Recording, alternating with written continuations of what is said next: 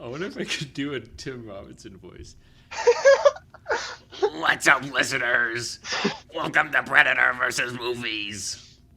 I'm Alex. I'm Aidan. And this is a podcast where we discuss and review the latest movie releases, usually. But this week, we're doing a fun special episode. Peter's not here. So we are actually going to review a television, not even that, a sketch series that is on a little streaming service called Netflix. We're going to start Because off with... none of us have time to watch an actual movie this week. Two of us don't. One of us person don't, has plenty of time. We're going to start off with a review of the season before diving into a deeper discussion of the series. Then we're going to ask the most important question: would this series be better if the alien from Predator was in it? This week, That would be an interesting one. That'll be yeah, an interesting one. I think there will be a good answer. This week, we're going to be reviewing I Think You Should Leave. Is it with Tim Robinson? Yes, it is. I believe it is, yeah. The Aiden's maybe favorite TV show ever? Would you say? No, it's not that, but I do. No, okay. It has a special. It has a special place in my heart, such that even when it fails, I still appreciate it. Yeah. So this is really a long time coming of doing a show about this, a show dedicated to this show. But before we get into it, we have news, big news. Aiden, We sure do. did you know that you're talking to a certified celebrity right now? I did hear the news. I, in fact, did. He heard the news, but maybe you have not. We have had a hit tweet on the Woo! podcast Twitter account. Dude, Check this us is our out on highest Twitter. high since BuzzFeed, since the BuzzFeed article. Since the BuzzFeed article with our tweet in it. Check us out on Twitter at Predator v Movies to see what I'm talking about. So, Aiden, have you heard about the orcas? I have heard about the orcas, and I will say that I am on the side of the orcas in the orca war. I am also on the side of the orcas, but I don't know if you saw my tweet on my personal account. My dad is not on the orca side. Oh, I did see that, yeah. Boo. He is on the side of the boats. Boo. And someone in our comments is also on the side of the boats, but his situation's a little different. He lives on a boat. I don't know how I Okay. feel about that, so I'm gonna That abstain that from throws that a bit of a wrench specific into it, yeah. circumstance. But for listeners who are unfamiliar with the orca lore, there have been orcas. Orcas have learned recently how to tip boats and like yachts. They're And like they've spread that information amongst themselves. they've put up orca posters and propaganda. They're showing films to teach other orcas how to do this. And so there's a headline somewhere that says, orcas threw a yacht around, quote, like a rag doll, end quote, and ripped off both rudders, comma, the latest example of a killer whale attack. Someone takes a screenshot of this headline and they post it to their Twitter account. I will thank the user now. They're at Criminal Union FW. And to this screenshot, they put their own words in comment to it. Their words are 20 incidents this month alone. And I emphasize alone because they did put it in all capitals. Caps, right? Now, this is where it gets really interesting. Yeah. I see this tweet on my Right. personal feed. That's what it And is. thinking like the entrepreneur that I am, Right. Just I in a make growth connection. mindset all the time. I Yeah. make a connection to a movie that we've seen. Right. And so I send it to, I DM myself to the other account that I run for this podcast at Predator v Predator Movies. versus movies, yeah. No, it's at Predator v Movies because Oh, the my Twitter bad. handle doesn't allow the S. It's too long. Right. With the Okay. S, it's a little too long. One letter. And so I DM it to myself. And you know what I do, Aiden? What do you do? I quote tweet that son of a bitch. I quote tweet it. Yeah. And do you know what I say? I say the orcas have all watched How to Blow Up a Pipeline and became radicalized. That's like the movie we I didn't watched. even think it is like the movie we watched. I didn't even think this was a particularly clever tweet. I didn't even think it was particularly well phrased. I thought it was okay. Not my best work. All, yeah. But Aiden, do I have to tell you about the eyes that this tweet reached? You don't, but do it anyway. Very, very quickly after having posted this, I get a retweet. And not a quote tweet, a retweet. We're going through all the motions of Twitter. Yeah. every different type. We get so if you guys don't know, there are a variety of things you can do upon seeing a tweet on Twitter. You are able to like that tweet. You're able to retweet it. You're able to quote tweet it. You're able to reply to it. You are also able to view it and just move on and say nothing. You could also DM someone. You could also bookmark it. Yes, we have some bookmarks. You could also take a screenshot. If you're a real freak, you could take a screenshot of it, DM the person who posted it, and comment about the post to them personally, but not publicly. I say this because two of my friends do this to me frequently instead of actually engaging the regular way. You could also extrapolate on that idea and pull out another phone and take a picture with that phone of the tweet. And then do whatever you want with that at that point. You could also screenshot the tweet and post it on Instagram, on a new app. Right. So that the losers on Instagram who don't have Twitter can see it. Right. But anyway, so you got to retweet. Lots of people do. And not just from anyone. From the Daniel Goldhaber at Chrono Pictures. Now, Aiden, do you have any idea who this Daniel Goldhaber is? Is that the director and one of the writers of How to Blow Up a That is Pipeline? in fact correct. He is the director and writer and one of the writers of How to Blow Up a Pipeline. And he retweeted our tweet. And the eyes it has seen since then. It was liked by, I think it's... Wait, let me check. Give me a second. Just sure. a second.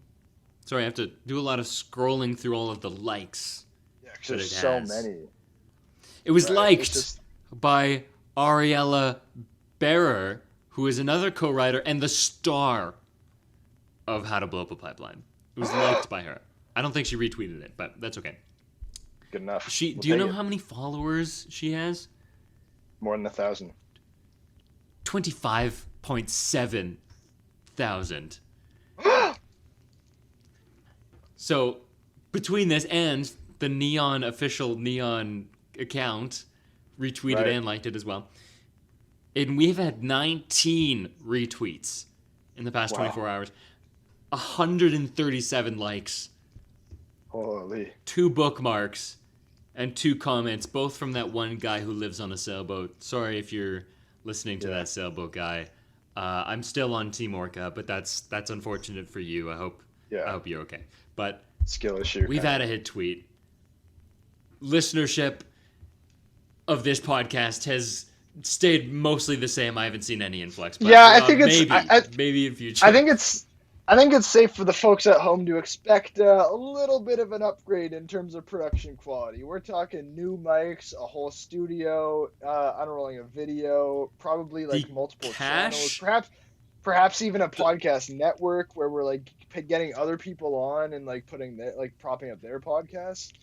The liquid cash inflow will be astronomical of proportions hereto unseen by mortal eyes. Right. Of liquid cash. Liquid cash. Crazy. Not to be confused with solid cash, which we don't want any of that shit. No. We're good. I need to be able to drink my cash with a straw. I need my cash to have an inconsistent inconsistent shape but constant volume. I don't want gaseous and to be able to fill a cash. container too. Yes, it can fill any container. That's what I mean by it has inconsistent shape. Right. But it has to have constant volume. We can't That's have true. gaseous cash. We Right. can't have cassius. We can't have a. We can't have. Yeah. Anyways, we've had a hit tweet. It's crazy. Trailer park. Hard seg. Like 10 I minutes of the segue podcast. hard. Yeah, that's just kind There's of the only- like upper echelon of comedy that you get at this the Predator vs. Yeah. Movies podcast. But yeah, Trailer Park. Vroom, vroom, vroom. This is what happens when Peter's not here to control us. This is us with no guidelines, no Peter We're getting guidelines. crazy tonight. Whoa. Oh no! So we watched a trailer for a little movie that I've been very excited for. It's a movie called Bottoms that I'm going to do some research on that I forgot to do. It is directed and created by Emma Seligman, who did Nice. Shiva Baby, a movie that I like very much. And it stars Rachel Sennott, who I like very much, and Ayo Edebiri, who I also, guess this, like very much. Nice. Yeah. Also, I didn't The- realize this till I watched this trailer, but Marshawn Lynch, who I actually think is fucking hilarious. Where's- He's like the teacher.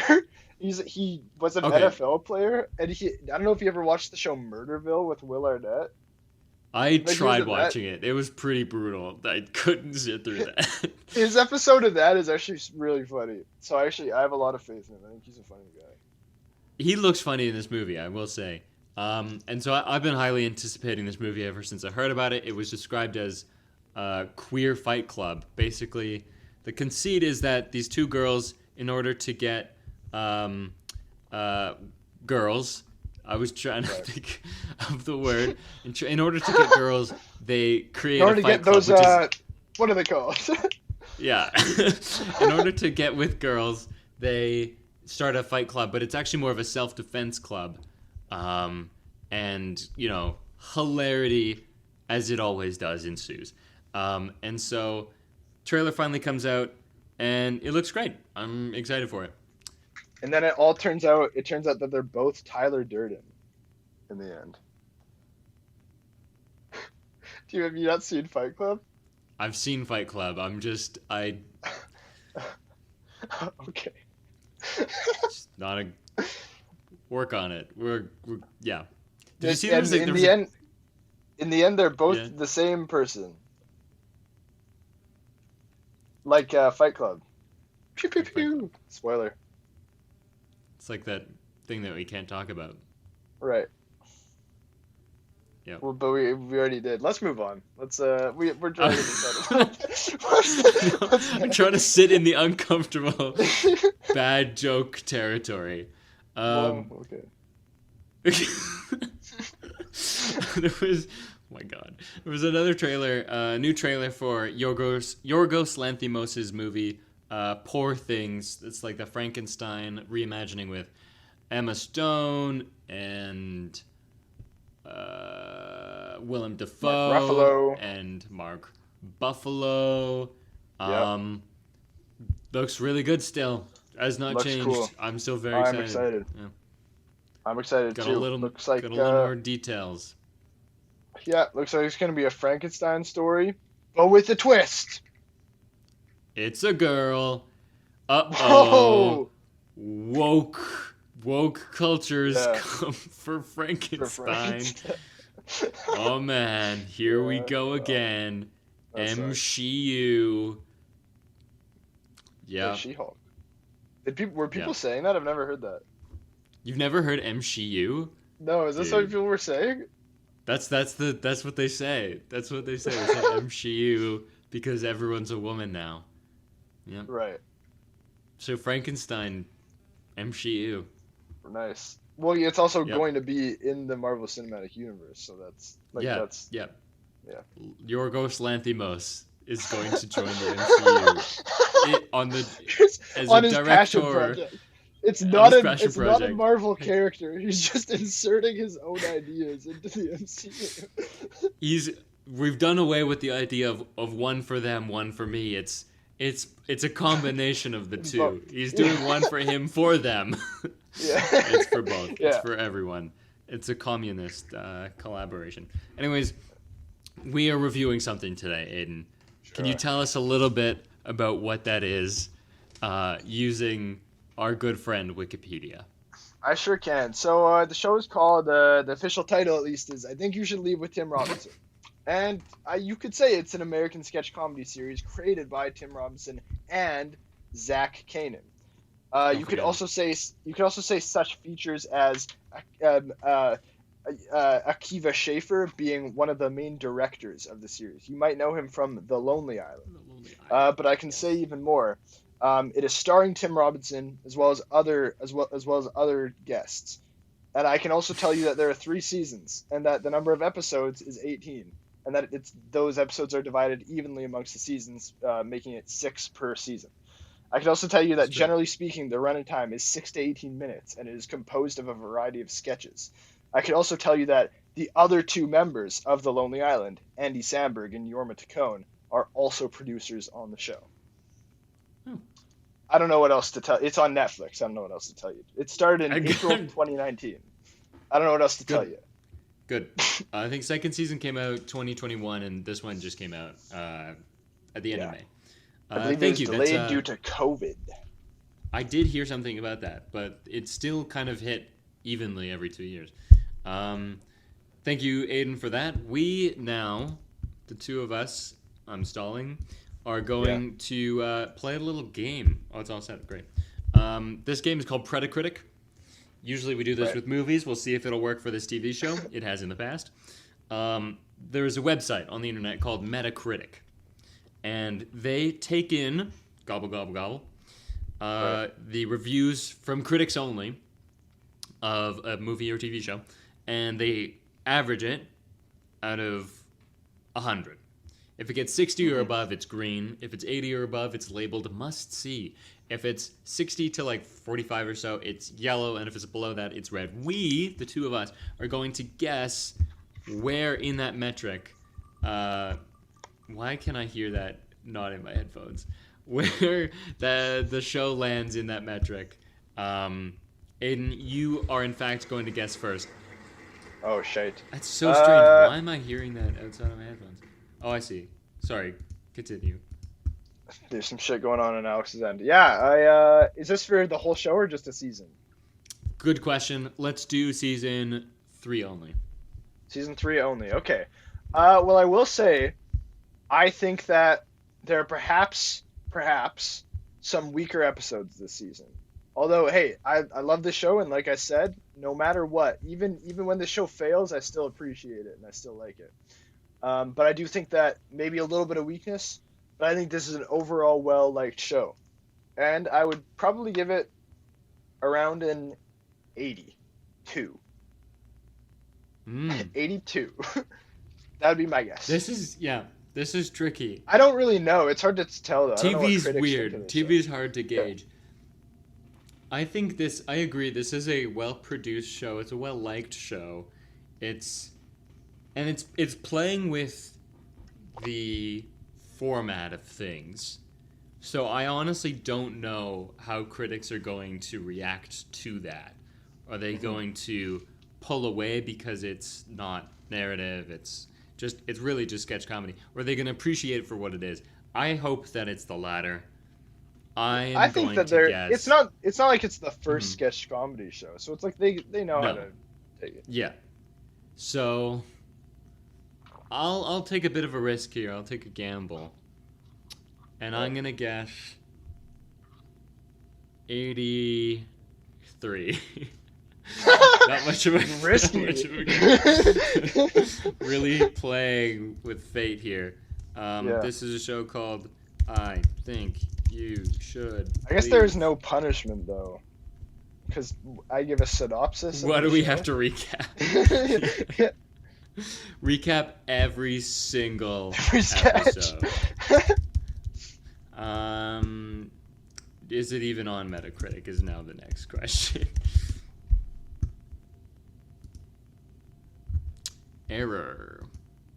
Nice. 503. Service unavailable. I don't know that number. Where does that land in the ranking? Can I guess? Oh, what's this? Well, that's for season 2. Uh-huh. Mm-hmm. Nope. Okay. Okay. Okay. Let's try... Error. Technical difficulties. Well, okay. I think I can see it on the Google search. There it is. Okay. I think you should leave with Tim Robinson, season 3. I do believe, Aidan, you have guessed it on the dot. It is, in fact, 82. I cheated. Just kidding. No, I didn't cheat. No, you didn't. I agree with it. I think it's a good place to... It's a good rating. And, of course, there's no punishment, so that's okay that I lost. Aidan, as the good guesser of as the goodest guesser of Predacritic, you win, and you do get to tell us. Tell me, this is not really spoilers because there's... What are you going to spoil? Tell us what you thought about this season of I Think You Should Leave. Yeah, I thought it was a good one. I think as the show has always gone, there are some sketches where it's like, okay, this spun out a little bit too much, and I don't know. I think you needed to reel this one in a little bit at some point. And there are some sketches that don't work. I will say there are definitely quite a few of those in this season, but there are also some very, very funny ones. Like we'll get into the ones that I really like, but there are some that I thought were like fucking hilarious. Perhaps less quotable. As Alex knows, there are certain quotes from different episodes that I integrate into my speech. And I don't know if there are necessarily any of those from this season. Not that that's a surefire way of judging a show. But we haven't waited long enough. I think with time, you might integrate them into your vocabulary. That's true. And the more I rewatch certain sketches and whatever, I mean, like I see it pop up on the YouTube, because hey, sometimes that happens. Sometimes I see it on the YouTube, and then maybe I integrate that fella right into my speech. But I like this season. This was a funny season, a lot of really funny sketches, worth the watch. Good stuff. Very nice. I more or less agree. I think it's a very good season. I was not sure about it at first, but I have rewatched the series in its entirety, including season 3, in the past 24 hours. It's a little hellish, but I think this season is quite strong, and I found it worked. Some of the sketches I wasn't sure about worked better on the second go around, even after having seen, hours and hours of the show in quick succession, just prior to rewatching it, but. That's that other show. It's another good show. But what else can I say? I don't think this is the best season. I think it's a little, maybe not quite as good as the high of season 2. I think that might be sort of what you're getting at, Aidan, with the quotability, perhaps. But I think there are some really good. There's some really good sketches. I thought originally that some of the sketches kind of introduced a weird new thing at the end, but I found on the rewatch I didn't notice that quite as much, and I was kind of like, no, this is kind of like on par with how the show works. I was gonna say that is the show's brand. That it's like you expect it to just escalate a core idea and be like, that's a funny idea, but it just abandons that idea like half of the way through and it becomes something else. Which sometimes is very funny, and sometimes it's like, damn, the first premise was funnier, and it's not as funny now. But I do find it really does vary from sketch to sketch. So I think a good example of one that really sticks to its central premise and doesn't let go of it is going back to season 1, the hot dog suit. It's about the hot dog suit the whole time. And he's trying to distract people by giving a speech, and the speech kind of winds around and becomes random. But it's the whole time he's still sticking to the idea of distracting so that I can get away and steal these shirts, Yeah. Well, and also the Ghost Tour one from season 2, that one stays right until the very end. That one stays about the same thing. And the very end is just Yeah, there are also ones in this season that. Yeah, there are also ones in this season that stick to their central premise. Some of our favorite ones, in fact. like the pay it forward sketch. That one doesn't go anywhere weird. That one is very straight on. But I do want to say So I though, guess sometimes I really like that the sketches just go in a random direction. Like there's one sketch this yeah. season, like the one with Patty Harrison where she like is like shoving stuff into the mannequin. It's like it is generally under That's the pretty same funny. premise because we don't know what she's doing at first, but it's like it just becomes about rats halfway through. Like and then it's just and just describe like the joke becomes more about like describing the specific way that she likes rats than anything else. And yeah, but I Yeah, like that one. it definitely depends. That one I didn't think. I think that one was funnier at the beginning for me. That's an example of one where I Sure. thought the original conceit was funnier. Like when she's spraying Windex into a cup to fill it up with like poisonous liquid to feed to a cardboard Yeah. cutout of a man. That's funny. Of course it's about something stupid, and so the rat thing is kind of like goofy, but I love Yeah. that moment, which is much earlier on. But I guess let's get to one of our main questions. What are some of the best sketches from this season? From this season. Let's ping pong. So you can start Yeah. with one of your favorites. I'll say, I mean, I'll start with the one that we already were talking about a little bit, which is the pay it forward Pay it drive-through forward. one. Like that, like the instant turn when he's like, yeah, you know what? Like I'm gonna pay for the people behind me, and then it's like, oh, that's Oh very man, nice of you, and then the immediate like just screeching, the 55 the burgers, 55 fries, 55 drinks. the tone shifts so hard, Yeah, and it's when I think you should leave. I think is at its strongest is when it plays with tone, and it yeah, doesn't like stay on kind of like the sketchy, like yeah, goofiness the whole time. So when there's some variation, so it hard shifts, action music starts, and it becomes very intense as he's like squealing around the parking lot to get back, and he cuts someone off, and he starts going, he's like, I'm trying to do something, get out of the way, like he starts yelling at her. And then he says his famous quote, which I have in front of me: 55 burgers, 55 fries, 55 tacos, 55 pies, 55 cokes, 100 tater tots, 100 pizzas, 100 tenders, 100 meatballs, 100 coffees, 55 wings, 55 shakes, 55 pancakes, 55 pasta, 55 peppers, there's also 155 taters. the joke is also like it's taking the premise of guys only does pay it forward so that he can get free stuff, but it's taking it to such a absurd degree. Like you would if you got 55 burgers, like only like four of those are at max are like worth getting. Like the rest of them you'll Yeah. throw out.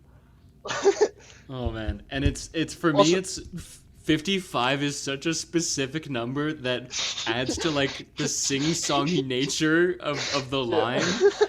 And then like he goes 55, 55, 55, then it's 100 for a bit, and it goes back to 55. I love that. Also, the escalation of when he gets back to the front and the woman behind him does the same thing.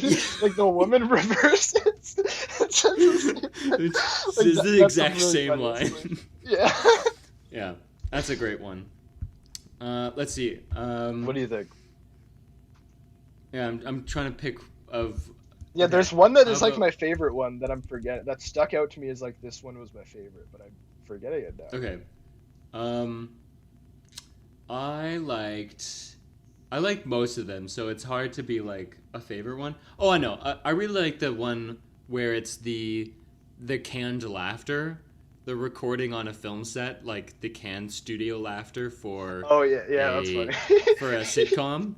And so Tim Robinson Yeah, is he's in the audience, and he's trying to say like that he got scammed.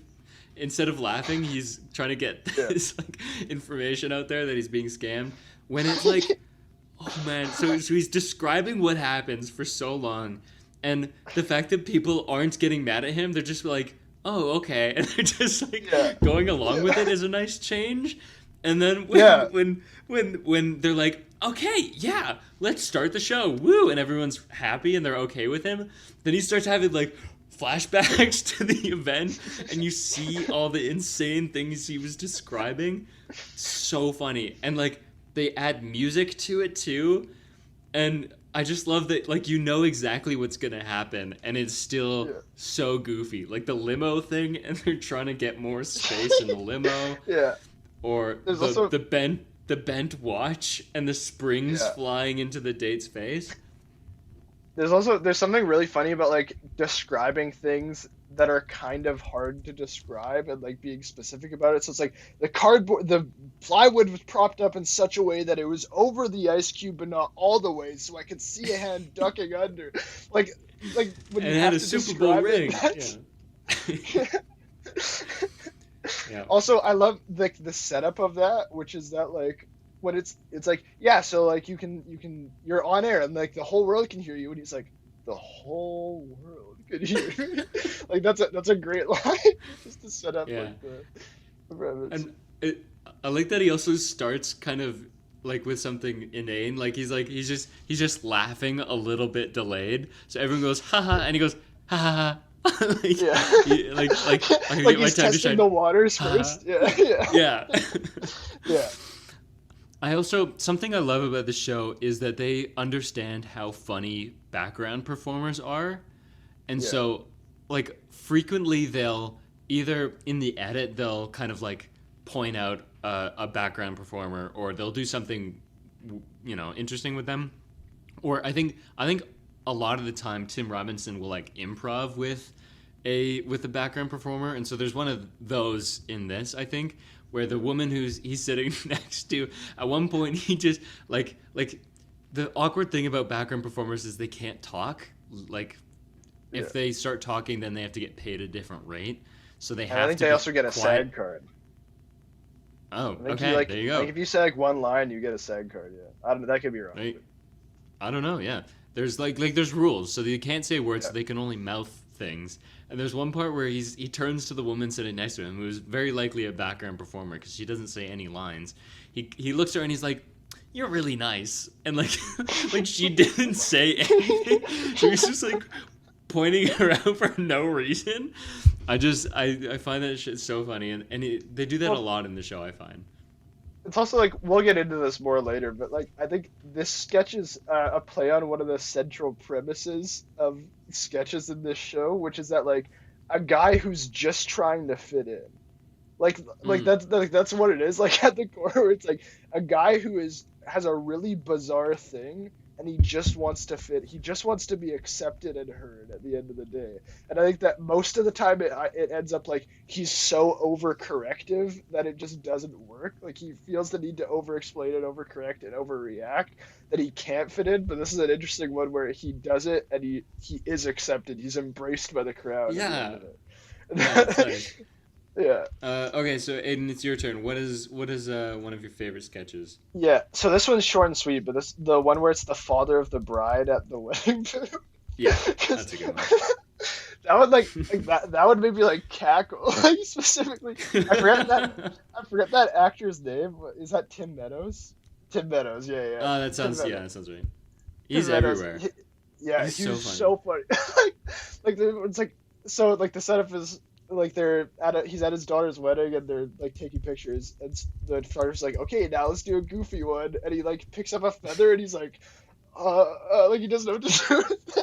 And then he sticks it all the way down his throat and throws up. And he's like, what the fuck? He just starts freaking- Yeah, I love that one. Yeah. Like the specific, like the way he puts it down his throat, like why would that be the thing you think to do? And how he that is continuing to like try to come up with ideas of things he could have done after the fact, and they're all in the same category of just like stupid. That's a great Like, great yes, one. so he pivots after having thrown up. He pivots to like, oh man, like someone gives him a good idea. She's like, you could have been a flapper, like a flapper girl. And he's like, oh no, I know what I should have done. I should have been Barney. He's like, Yeah. what? That makes less sense. Barney has fur. He's all hair. It's felt. Yeah. That one, I like when he's like, that's not enough time.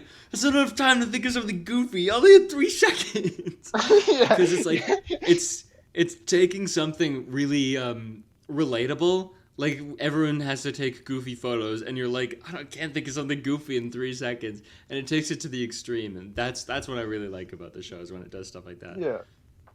Yeah. Okay, what do you think? What for did the you? next one? Okay, Or no, I do what want were to you say gonna one other thing about the wedding is that one is one that ends in a way that I don't like. The guy who starts yelling at him, and then he's like Tim Meadows is like, I'm so busy, like I can't focus, I can't think of something silly, and then another guy's like, oh yeah, you're busy? Well, guess you, I'm busy, and then he just starts like doing his own thing. That's an example of one where I was like, I Yeah. didn't. The new Yeah, I agree. angle That doesn't work as well as the was original, funny, yeah. but he does the little dance and it kind of saves it. But Yeah. okay, I'll try to think of a new one. Okay, I've got one I can talk about. Shirt Brother. There's one. Which one? Shirt Brother. What remind me of what it Shirt is? Brother. Okay, it's the guy who was Santa in the last one who played Detective Crashmore, the guy Yeah. who's the bearded guy. So they're wearing Yeah. the same shirt, and he says, "Oh, you're my shirt brother," and they're at the kids' concert, and then he goes away and he's wrecked an entire classroom. Do you not remember What? this? I don't remember this at all. What the hell? Okay, the Oh, guy who's no. Detective Crashmore shows Yeah. up to this like kids recital, and he's Yeah. wearing the same shirt as Tim Robinson. Tim Robinson is trying to enjoy the show, and the Lieutenant Crashmore guy comes up and he's like, "Sure, brother, I need your help." And he takes him to a classroom, and he shows the mess he's created. Are you gonna watch it right now? No, I'm just looking. I'm trying to see like a screenshot just to get. Okay, he's fucked up the classroom. Like he's torn stuff off the walls. It's a mess. Yeah. And oh my god, I can't believe you didn't remember this one. It's okay. I think it's the last. Yes, it's the end of an episode, and also in the episode is Gelutol, Pacific Proposal Park. Maybe another one. I'm looking it up on Netflix right now. It's the one before the wedding one, the one before the volcano one, which Oh, okay. I think is episode 4. End of episode 4, I think, is where it is. End of That's my episode 4. guess. Got it. Yeah. Yeah. Okay. It isn't. Hold on. Hold You're on. gonna watch it. Hold on, It's listeners. gonna take a bit. I don't have to watch the whole thing. I just need to be reminded. I don't remember this episode at all. You don't remember Maybe I Gelutol? skipped over this. No, I don't. Okay, None of do you- this looks okay. familiar whatsoever. Okay, pause your thing. God. Okay. There also in the episode there's the Gelutol, which is a Yeah. pill that's like for hair loss, and then there's a guy who's like, "What are you guys talking about?" Nothing? No, I don't think I did. I'm looking through it now. I did not watch this episode. I don't think. I Okay, don't know so how you that happened. skipped an episode. Okay, that one's got some good stuff. Then I won't. I'll try not to talk too much about it. For Shirt Brother, I like how. I didn't write enough notes for this one. I really like when it ends with a song, and a lot of the episodes end with a song because it gets to like the last sketch is always longer. I've realized. Yeah. And it usually ends on like a more interesting, sometimes more heartfelt note, which is kind of fun to lead into the credits. And so it Yeah. ends with like, it reminded me a lot of Beef, actually, which also was a Netflix series, because they always ended with like 2000 songs, and it sounds kind of like it. And it's very like Tim Robinson's like smiling and is like, yeah, I did good, and is playing kind of like that, not punk rock, I don't know, something like that. Kind of like alt rock, kind of like angsty rock kind of Like thing. pop And he's punk? like, yeah, and it sounds very like 2000s. And meanwhile, the Detective Crashmore guy is like he's gone too far. And he's Yeah. like, there's a line where he says like, "It's too late for me. Go save yourself."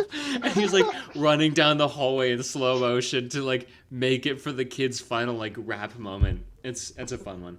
But you have not seen that episode. That's crazy. That's so What is, weird because I watched it on Netflix and just like had the autoplay on. You know what? Okay, I was watching this during one of my sleep deprived bouts, so maybe like I fell asleep for an episode and just didn't like.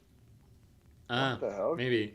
That's bizarre because I can remember the episode right after, and I think I remember the episode right before. So I don't know why this one. That's I've weird. had something before where if I turn my TV off, sometimes Apple TV will keep playing. And so I've had it where Oh, it'll autoplay because I don't leave Netflix, and yeah. the TV is off, but the thing keeps playing. So I've come back the next day and been like, I don't remember this episode. What happened? And it has played an episode, and I think that's what it was. It skipped an episode for me. Yeah, so I didn't see episode 4.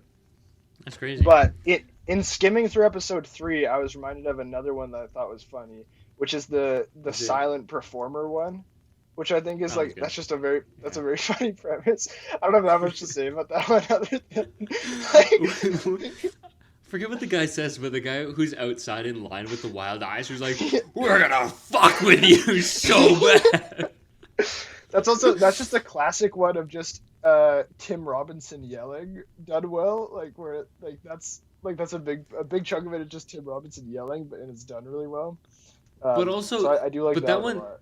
that one is actually mostly other people yelling at him, which is not usual. Usually, Yeah, people but then aren't yelling at his level. yeah, So I yeah, like the change. that's true.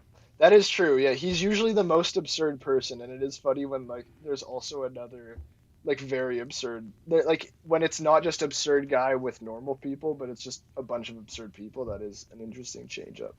There's some really good ones where he's the straight man. I think Yeah, he's a as good a straight man as he is the weird, goofy guy. yeah. Um. What is Okay, here's Draven's one. Tasty Time vids? What? That sounds I'm not, familiar, I'm but I'm now looking oh, at the descriptions just to see. Tasty Time Vids is the one with Frankenstein's chick, and Hold it's on. like the campaign office. Jesus Christ, Aidan. This is crazy. That's the very last sketch. Oh yeah, that's a good one. Yeah, that's a good one. Okay. Yeah. Okay. Before I don't want to step on the. You said there's one that's your favorite, right? Do you know what Oh it yeah, is? the one that's my favorite is the one I think the wedding one might be my favorite, but one of the ones I also definitely love is I just don't want to take it. it's the Jason Schwartzman one, which Okay, I I think is won't take like that one. Okay, that's fine. because Okay. I think that's hilarious. But what were you to say? Well, we can keep going like as far as we want. Like I've got a bunch. Um, Driving crooner, very Yeah, yeah, funny. yeah. That's a great When one. Yeah. he starts making the face, Yeah. I also like that like they don't describe it at first, and you're like, why is he doing that? And you just think he's a weirdo doing it. I mean, he It's is, no, it's but legitimately it's a good filmmaking moment where it's showing it from the first shot we see him and cuts off the thing, so it's like, what the fuck is he doing? And see him from perspective. It's also one of the sketches where what I like about this show is that if you have this premise and he says something like, "They're after me, they're gonna fucking get me," you don't know if that's real or not because the show could do Mm. either. Or like there's a Yeah, version of the yeah, sketch in the same show where they would make us that no one is after him and he just believes that and he'd be like, yeah. Just paranoid. "Fuck!" Yeah, but then it's funny that they take it in the direction of like the frat guys are like, "We're gonna fucking kill you." I'm gonna kill you, driving crooner. Like he calls him that too, which also kind of like accepts he's the buying like into the it. validity Yeah. of it. You know, Yeah, he's he's like, validating. yeah, you're the driving crooner. And His then problem is like his problem is not in accepting the reality of driving crooner. He fully accepts it, but is morally opposed to it, which is like, that's the funny part. we're overanalyzing this. Oh man. And then that's another example of one where, and it's an early example where this is the end of episode 1 where the ending features a twist where he's like, a fish saved me. I fell in a river and a fish saved my life. God kept me on this earth to be the driving crooner. And I didn't buy into it the first time. But the second time when he starts talking about the fish, I did find it funny. I was like, actually, this does work. Because it circles back, it's relevant, and it adds to the absurdity of the situation. That he feels this is his God-given path to be the driving crooner, which is nothing. It's not anything. So it's like, what does that mean? Like, it's not like you can't make money off of it, and it's not like it's not a career. It's not. It's just like something he has to do, which is really funny. I also think Actually, that's the build up of mhm. that one is really funny too, where it's like, because it starts off really innocuous, like he's just offering like, yeah, I can drive you, like if you're ever drunk, just let me Yeah, know yeah, if yeah, you ever need a ride. It's like, it's gonna be something, but just like the yeah. anticipation of, yeah, it's great. It's actually made me realize one of the themes that we are Yeah. going to get into, but I'll hold off on that while we keep throwing praise at this season. What's another sketch you like? Yeah, so one of the ones I really love is the one where Jason Schwartzman is at a party and so is Tim Robinson, and Jason Schwartzman is like, he can't stop talking about his kids, and this is a classic Tim Robinson sketch where Tim Robinson's character just takes something too literally, like, Yep. so yeah, Jason Schwartzman's character says, he's like, dude, if any of you catch me talking about my kids, like, don't let me. And then Tim Robinson's like, okay, I won't. I'll make sure you stop. Yeah. And there's an awkward interaction. And yeah, so the sketch evolves into like, what I love most about it is that there's this second wrinkle of everything that Tim Robinson is doing is like a Yes. very successful hit at the part. Like, I like that there are two jokes going on where like Yeah, it yeah, yeah. becomes a stressful situation for Tim too, because everyone at the party's like, what's the next thing we're doing? And then like some of the funniest parts are when they're like, I can like stand on the wall, like that's something. Like, what's the next thing? And they're like throwing out ideas. Yep. And so I like that it flips where it's like Jason Schwartzman character has to save Tim Robinson from the social situation. It's like, I think that's a really funny and like cleverly like wound one. It's almost like a Seinfeld scenario that would happen. Like Maybe, that, yeah, yeah. yeah, that like, do you know what I mean? Where it's like it starts with one thing, and like because a character just gets himself involved, like it becomes this Mm. whole other absurd thing, and the two things weave together. It's a bit of a Yeah, stretch, yeah. but yeah, it's just like you usually don't see like it's two different joke lines that are just like intertwining, and it's a funny thing. It was very different for Yeah, the usual. I think you should leave. I just yeah, his trail of friends is so funny, and it's probably funnier than anything Jason Schwartzman is doing. He does play the straight man, so when the friends, it's such a great group of like the kind of like people who are looking for the leader, and then when they yeah, found the leader, it's like ducklings who have imprinted, and they yeah. also act like children, and they're like their children impressions are so good because one of them is like, I think he says something like, it was my birthday something. I don't know. Someone mentions it was their birthday, and then Oh down the yeah, line every one of them feels the need to contribute. Kids talk like this, and one of them is like, yeah. it was my brother's birthday. Like my brother just turned 45, and Tim Robinson's face when the guy says it, he's like, so like his face like, what is the relevancy? And the next guy is like, I turn my birthday's in 10 days, and then he starts dancing. I'm like, that's what kids do. Um, and Yeah. So that trying that to that see one what. might be my favorite of the season. Mm. Oh right, there's more because that's another one with the last minute twist. I was just looking at my Yeah. notes. It's one where he's like, I feel bad about animals because my son killed Godzilla the gorilla. And it's the line where he says, he's like, if he liked the gorilla so much, why did he kill him? And he's like, I guess he was such a big fan, he wanted to own his life. Yeah, I fucking died when I heard Man. that line. That's so funny. I That's so, think you should leave. The writers have such a knack for creating like unforgettable, very specifically worded lines. They're very yeah. good at it. I Yeah, think okay. that's Here's such a funny throwaway. Like, yeah, that's very funny. okay. That's a I have common trend in this show. Yeah. yeah. I have a classic one. Summer Love, with starring the girl who was. This is maybe niche, but the girl is from The Flash. Were you watching the show when she was on? I watched like the first 3 seasons of the show, I think. Okay, she was late Flash. She was the daughter of Barry Allen and Iris from the Oh, okay. future. I remember So it seeing was that a little bit. Yeah. okay. So it was weird seeing her. I was like, oh, I know you.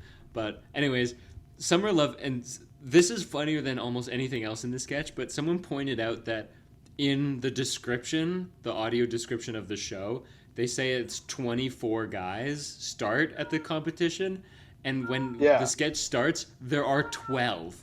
Ronnie has outlasted half of the competition despite being obsessed with the zip line.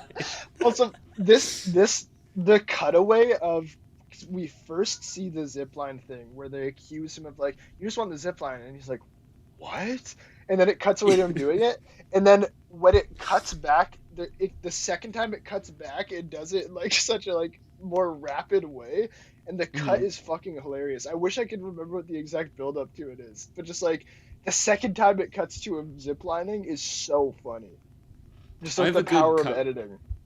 I have a good cut one later, but the part where where they're like, Ronnie, and when you were reprimanded for not coming to dinner, you would eat dinner really quickly and say you had to go.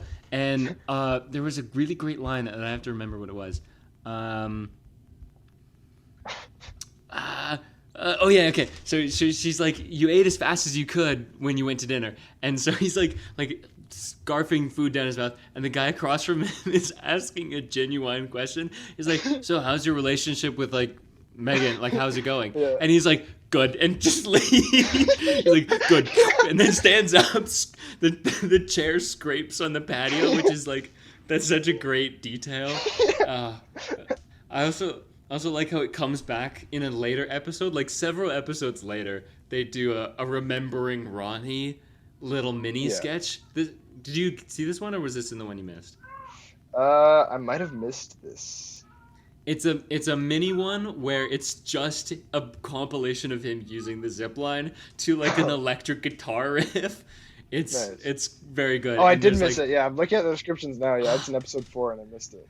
yeah, and it's like the way like it matches up the guitar sounds, like it goes like kind of thing while he's like doing the little leg kicks while he's on Yeah. the zip line, and it's going like reverse and stuff like. Oh, it's great.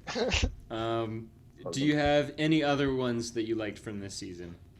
I think those are the main standouts for me this season. I like the beginning of the banana breath thing because I actually think that actress sells it really well, and it like I think She's it's good. it's just Huh. the specific way of just like how proud of herself she is. I think that's very funny. I think that one tapers out and becomes less funny, but Yeah, I I think agree.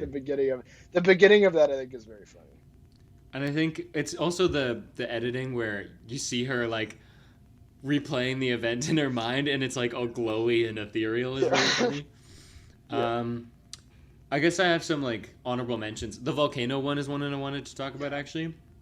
So he's seeing the world different, and he's getting encouraged, and he's like his reaction is like, what the hell? And he says it like that every time.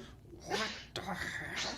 And it's when And so we're set up to believe that he is in fact lying. Like it seems like he's yeah, just like he got a doing little this bit for of attention. attention, and now he's Yeah. like, yeah, he's doing too much now, which is also like that's a Yeah. common thing across the show Common. where it's like Yeah. you're giving a little and you're taking a lot. Yeah, Yeah, and I like two things. One, that she puts her hand on his hand at the end, and she sees the world exactly as he sees it. And it's another one where it's like, nope, he was right the whole time, which is a nice Yeah. subversion on it. And Yeah. the little pimp on the table is great. One other thing, this is the editing thing I was going to mention, is we see twice him go after. So first it starts with the sound. Then twice we see him look at something on the table and go, what the hell? And it's like a marker, it's a pen. And then third time, the camera is on somebody else, and we hear, what the hell, off screen? Yeah, And then yeah, it yeah. cuts to his reaction. That's a really good cut. Because Yeah. we know exactly what it's going to look like, and then we see the face, and it's great. yeah. Other good moments. The VR I think is really clever when he can't breathe, and it's like, what does he say? He's like, how do we move our bodies ever? And he just like dies. The egg one is pretty good. One egg was 40 eggs. Yeah. Oh,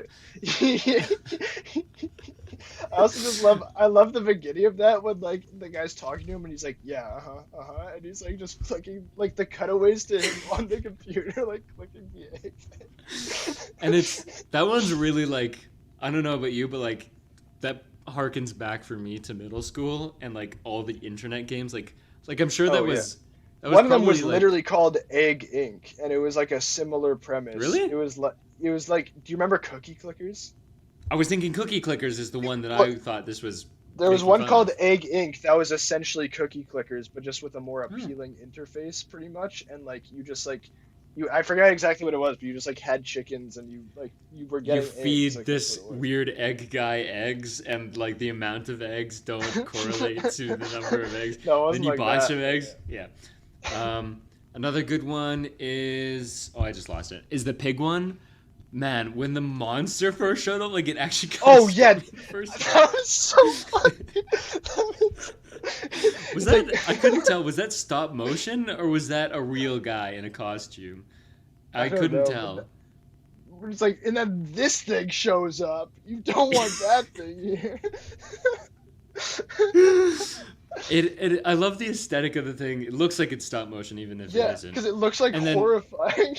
It's really quite awful to look at, and like just like the details are like completely random. Like 3 different things, constantly throwing new things. This is one where it works because every second there's a new idea. So he's like, you can't sleep because your wife was like flipped over 40 times by this swing dancer guy at the wedding. Then there's the angry neighbor. There's and then like for about 50 seconds you think you're gonna die and you're relieved because you don't have to go to work tomorrow. Do you know how fucked that is? That you're relieved you're gonna die, that you don't have to go to work tomorrow. That's great. Well, and I will say another common theme is like playing on like mundane anxieties like that of like work-life divide and stuff like that, but putting it in like the most absurd.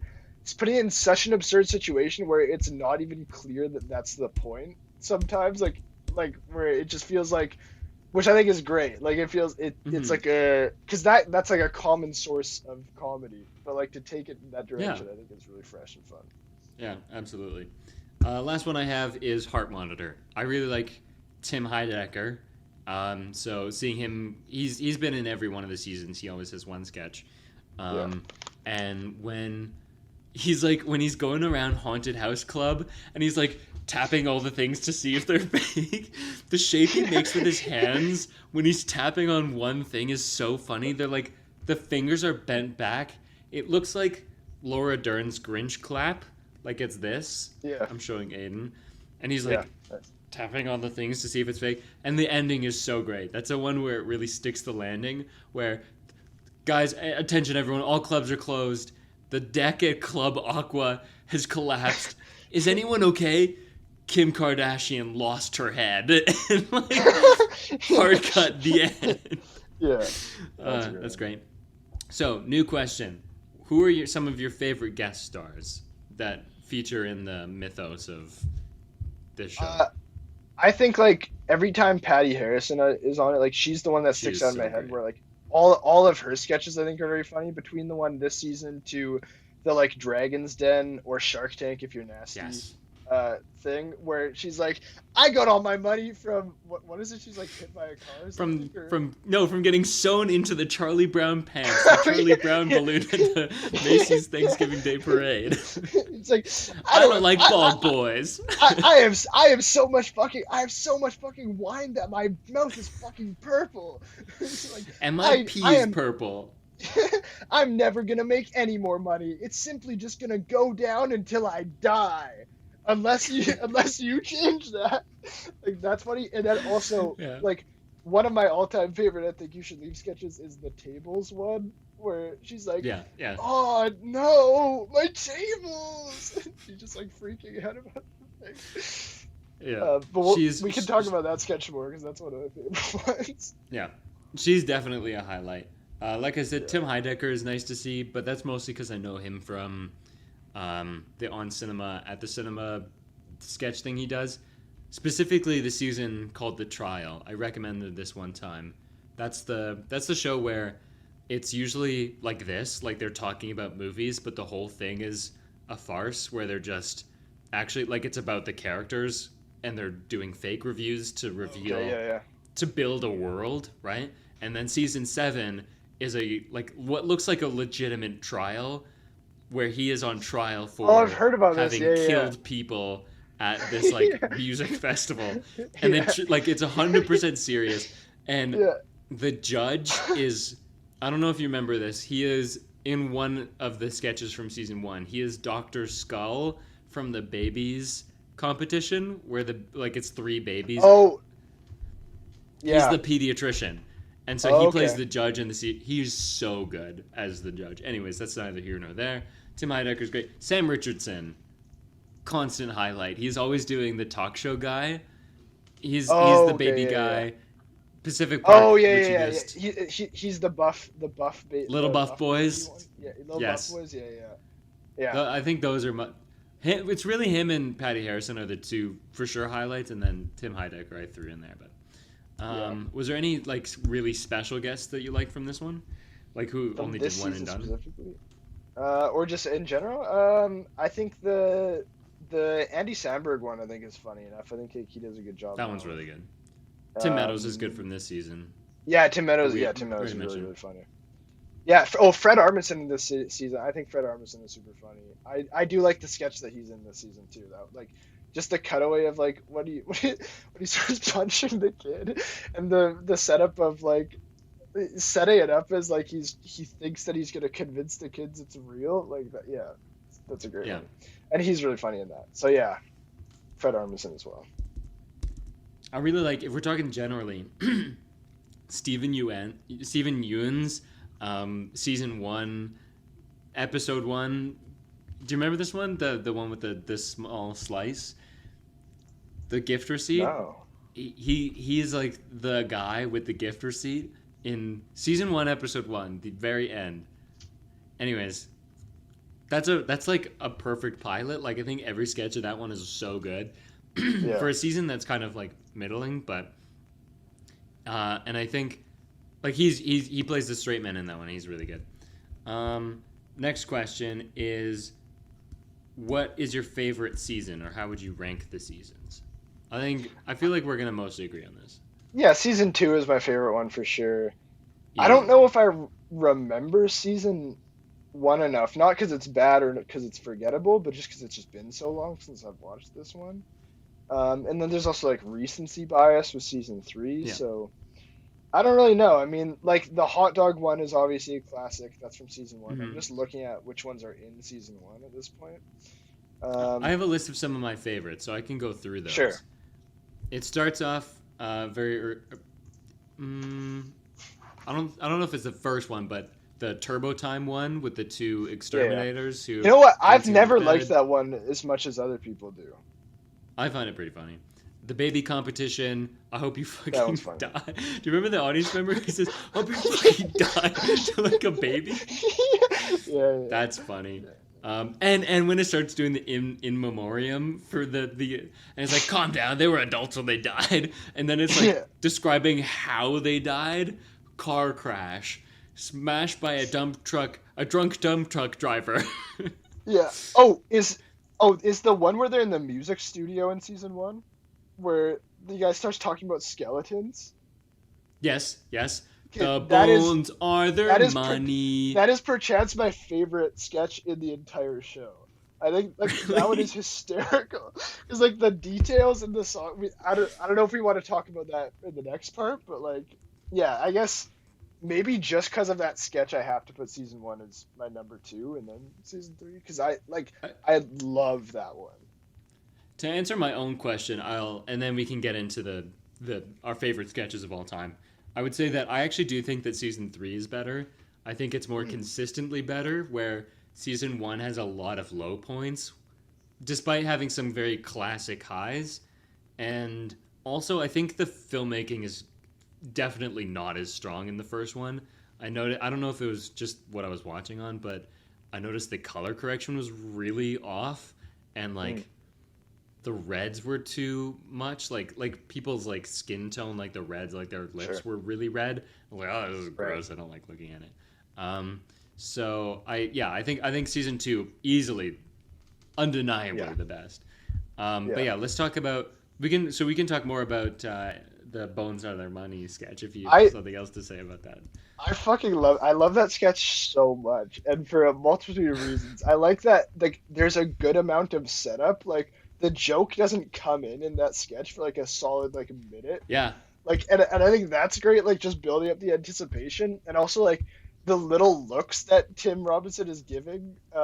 Like the thing to give context to describe the sketch. So it's like this kind of like folk country band or whatever that's like in a recording studio. It's clearly Johnny Cash or like Elvis. Like that's who they're trying to emulate, and it's like it's his turn from like doing what people want and they don't want it anymore, the gospel, and he's like, you know what, I'm gonna try something new. Yeah. So they play a song and the record people are like, oh, it's just people don't like that, and then he's like, the main singer's like, all right guys, like he turns to his band, he's like, okay, follow my lead, and they start singing this other one, and it's this like, it starts out as this like folk whatever, I don't know what the genre is, but he's talking about like, and then good old Lee Richards shot me down, like it's about the day that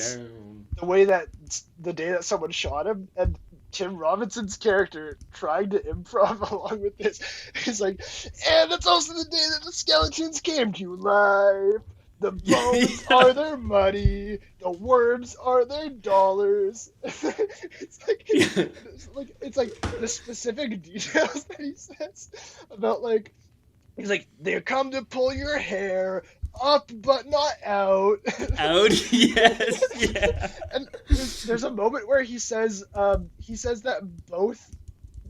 like two things are muddy, and then he corrects himself the next time it comes back, where he's like, the bones are their dollars, the worms are also their money. Like he like has to clarify it because he like, no, I think like that one is so fucking funny, and it's just that one gets me every single time. That one's a very good one. Season 1 highlights. I mentioned the hot dog one. That one's great. That one's become a meme too, and I think that one just like culturally people are very familiar with it.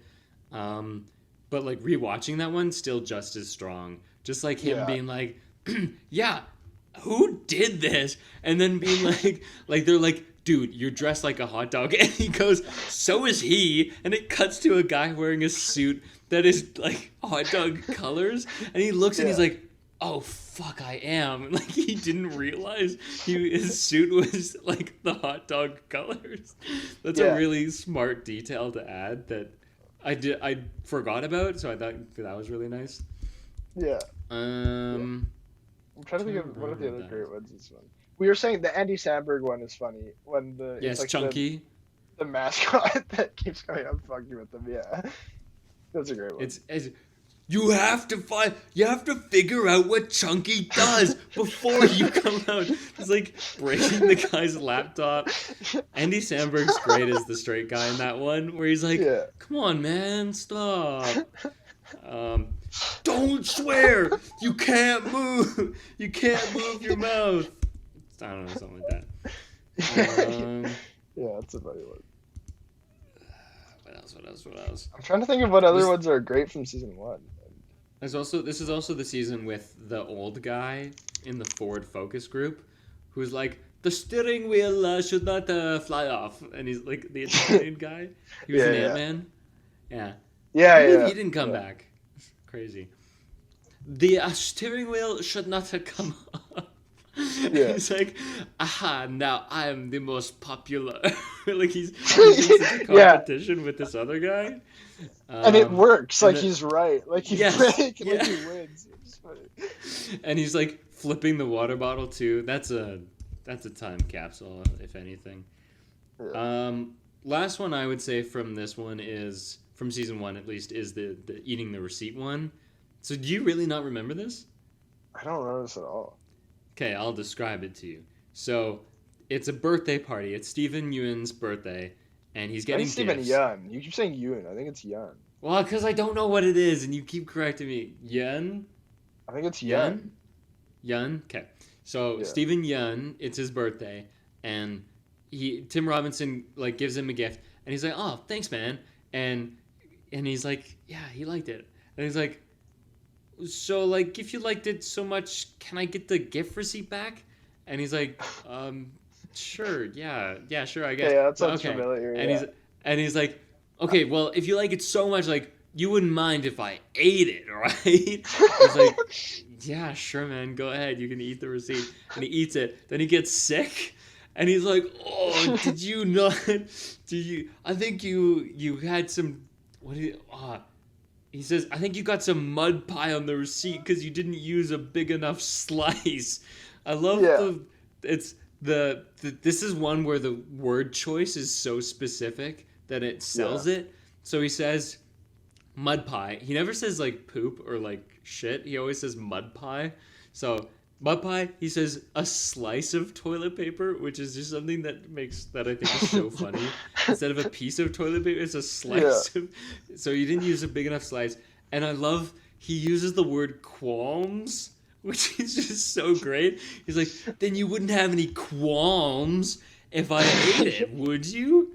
And then of course, then they do the whole test to see if he did wash his hands or something. So yeah, those are the ones I'd say are the highlights of season one. I just remembered another one from season 1 actually that I really like, and this is just like this is a simple one, but it's one where like they're sitting in the office and everyone's like putting on YouTube videos, and Tim's character doesn't have one to show. And I think it cuts away from the sketch, then comes back to it later. It does. Where he's like, yeah, look up Bozo the Clown dubbed. Dubbed over. Yeah, it's like this really funny video, and then there's like one view on it, and he clearly made it. That was hilarious. And the stuff he's saying is very Tim Robinson too. He's like, "What the fuck is this? A clown pewter? What the fuck?" When he's like trying too hard to sell it too. Yeah. It's like, what? This is such a weird video, right, guys? Okay, let's move on to season 2. Some of the best ones of season 2. We've already talked about that one. I think maybe I can talk about the one that took over a significant portion of my speech for a while, which was it's one of the intro sketches where all the people are sitting at a restaurant with their former college professor, and they're talking about like how much like, oh yeah, you were like really inspiring, and then they go on to talk about their lives, and then like the setup to it where the college professor at first gets his food and he's like, oh, you had the burger? Oh, I should have gotten that. And everyone's like, that was so good. And then that's because where he'll just cut you off and be like, give me that. I'm joking. I'm joking. The gimme that is so funny every time. Give me that. I'm joking. I'm joking. Yeah, I was saying that for a good like 2 months. I'm just like, you still say it. You say joking. It all the time. It has really become part of your lexicon. But it is a very funny sketch. And there's like it also ends in a way that I didn't remember. He's like making it into a sad story. He's like, yeah, I have to go home to my wife, or no, I don't want you guys to think that I like take people's food like a kid, because every night I don't want my wife to get arrested, because every night I'm eating her out, and they're all like, "Oh man!" And he's also trying. I like that he goes to try to like blackmail them all. Yeah, trying to like lure them into saying something. Yeah, he's like, "Say you're gonna kill the president," and they're like, "What? No." That's a really good one. I think maybe one of my favorite sketches of the whole series is in season 2, and it's the sloppy steaks one. That one's that's a classic. So it starts off with I used to be a huge piece of shit, and like the emphasis on that, and it's a baby, is very funny. His choice of words again comes up. I don't give a rat's ass if he thinks I can't change. And then when he's like, he's talking to someone else, I'm worried the baby thinks that people can't change. It's like he's actually like concerned about that.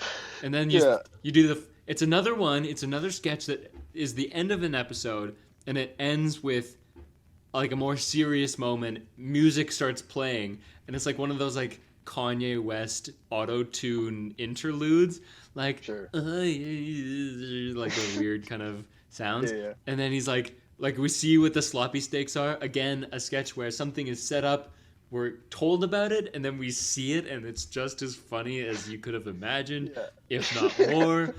They're pouring water over the steaks. Then they're on the beach, and the baby is sitting there. Great capper to a great sketch. Yeah. All-time sketch. What is another great sketch from season 2, Aiden? Another one of my favorite ones is the ghost tour one. This is also another one that like ends the sketch, and I think this is one that escalates in a really funny way.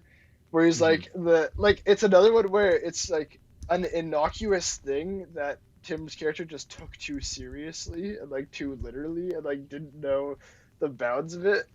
So it's like the ghost tour where they're touring this haunted house, and the guide is like, and this is the adult tour, so you know what that means. We can say whatever the hell we want or whatever it is. And everyone like chuckles. And they're like, and then Tim Robinson's like, oh nice, yeah, fucking horsecock, yeah. Big fat load of cum. Yeah. And I like how it escalates into him like having like a nervous breakdown and be like, I'm trying to understand you. You're saying we can swear. You can say we can say whatever we want. And I'm saying big fat horse loads. And you're getting mad. Do you see where there's like a disconnect here? Somewhere along the way, our wires got crossed. Or whatever. It's the tearful delivery of that line that kills me every time. He's like, somewhere, I think our wires got crossed. And he's just like so confused. He doesn't understand. It's great. And what's like the sad ending. How genuine it is. Like he just wants like friends. It's like that same core premise of like a guy who just wants to fit in, but like is not capable of it. Like he just doesn't get it. And that one is emphasized because his mom comes to pick him up, and she's like, "Did you make any friends?" And he's like, "Not really, Mom." Another one I really like is the fedora with the safari flaps. That one's a really good one, and it's really unique because it is, I think, one of the only sketches where it's almost entirely narration, and it's like the format is very different. So it's all like a lawyer reading out text messages, and she's doing everyone's line in the flashback that is happening like intercut with the court case.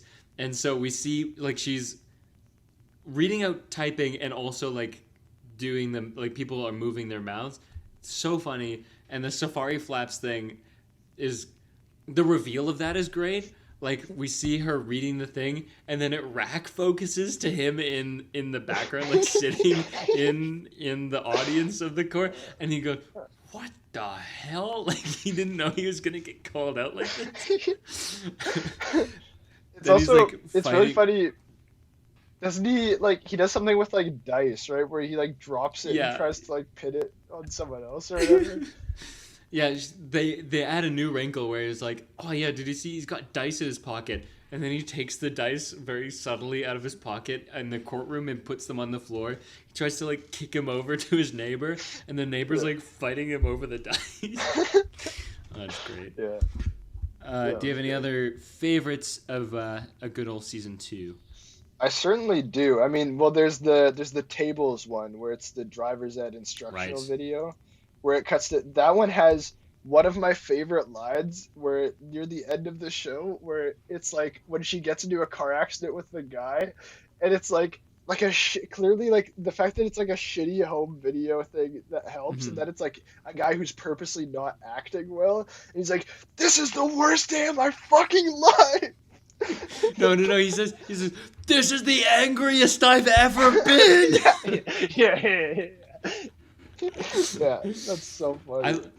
She's got some other good line where she's like, "They're so dirty," Yeah. and she's just like, Yeah. "What is her job? Her job is tables. Get over it." Yeah. Um, I just I think it's really funny like, how like whiny she gets in that one too. yeah, Yeah. absolutely. I'll just kind of the other ones are also very good, so I'll just kind of breeze by them. Yeah. Corncob TV with the coffin flop show. Yeah. It's just shit wood and corpses hitting pavement. That's good. Um, the prank show where there's too much shit on me, and I don't want to be here anymore. When he just gets so depressed underneath all the I love makeup. when it becomes like completely quiet. It's like I don't know if like I don't know if I like have a place like in life. Like how like he's saying it in like such a realistic way. Like the guy Yeah, can't outright admit it. Like that's like instead of just being like I want to kill myself, like he's being like I don't know if like there's any place for me anywhere.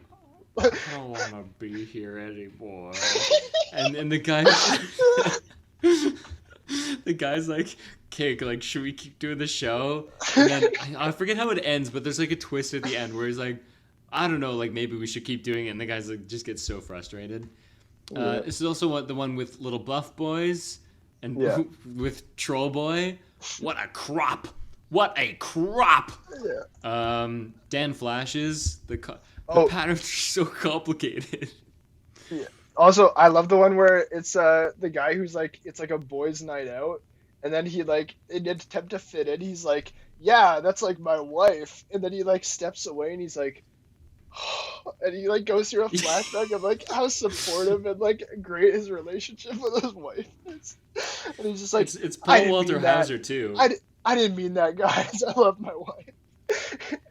That my Yeah. favorite part of that sketch is when he's like, "I'm sorry, guys, I have to go home. I can't stay." And they go, "What? You're not gonna stay over?" And it pans quickly into a sleepover setup, and they're like grown adults, and they were gonna have a sleepover, and it's mostly a visual camera gag. It Yeah. really sold that one for me.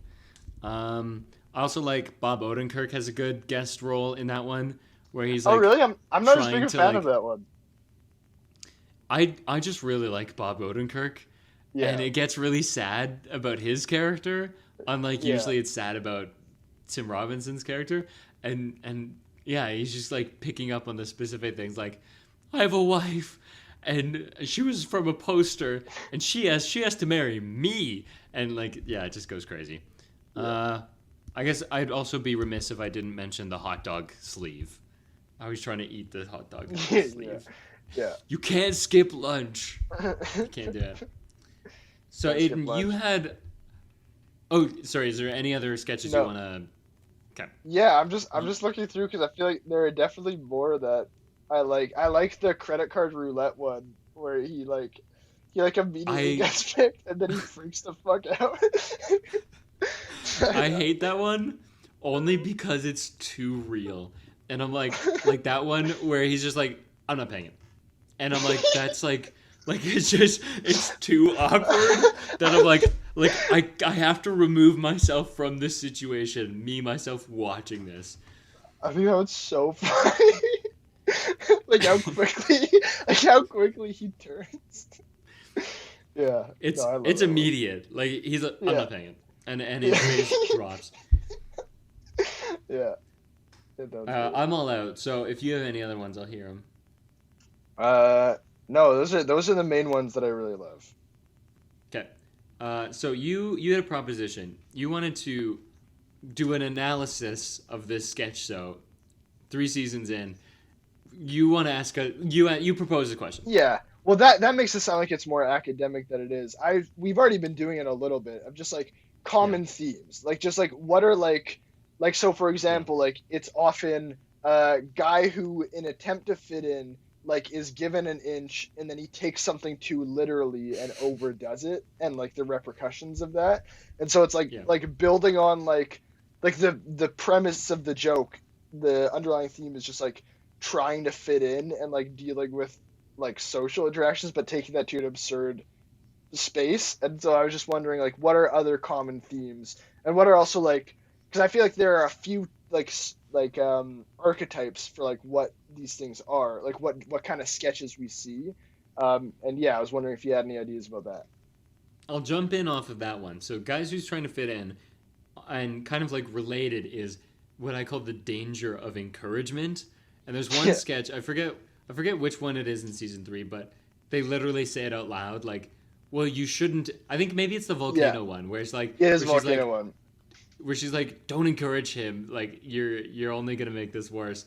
And I realized like a lot of them are Tim Robinson is has like a weird idea, and it's Yeah, because people are like, yeah, this is a good idea that uh don't that don't worry. Sorry, I had something popped in my head.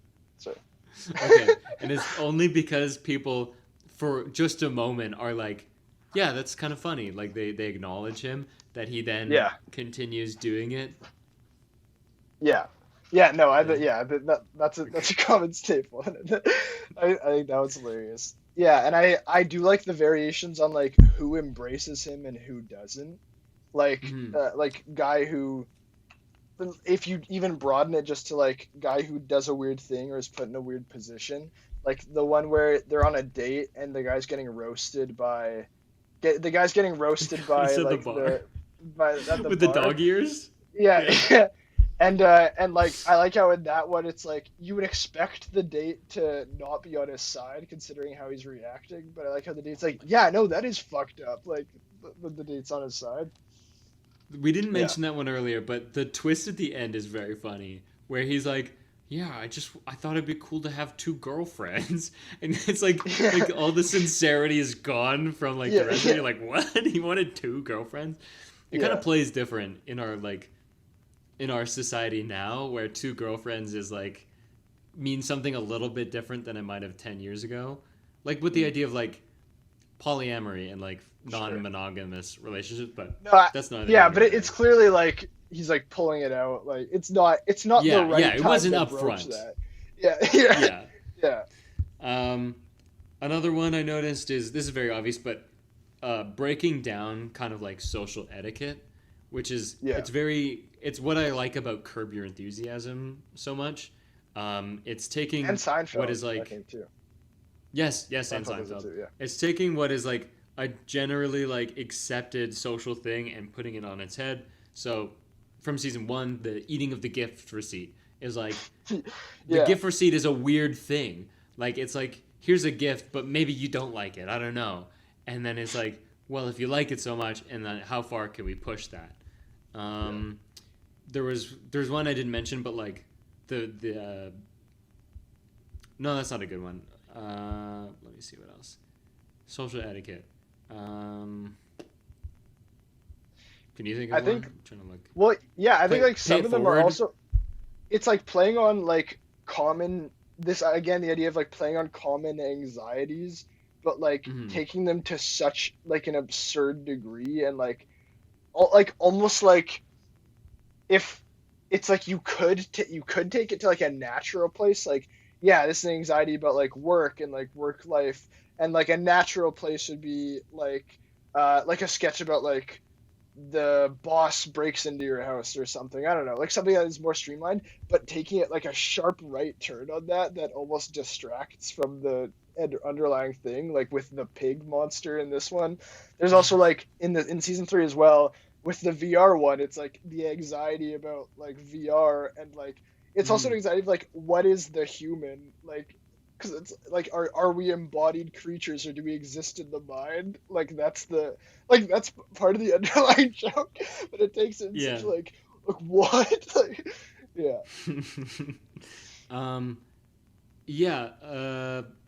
There was something that I this might be a bit of a stretch, but like I thought there was almost like a bit of like what is real versus what is fake in this season in particular.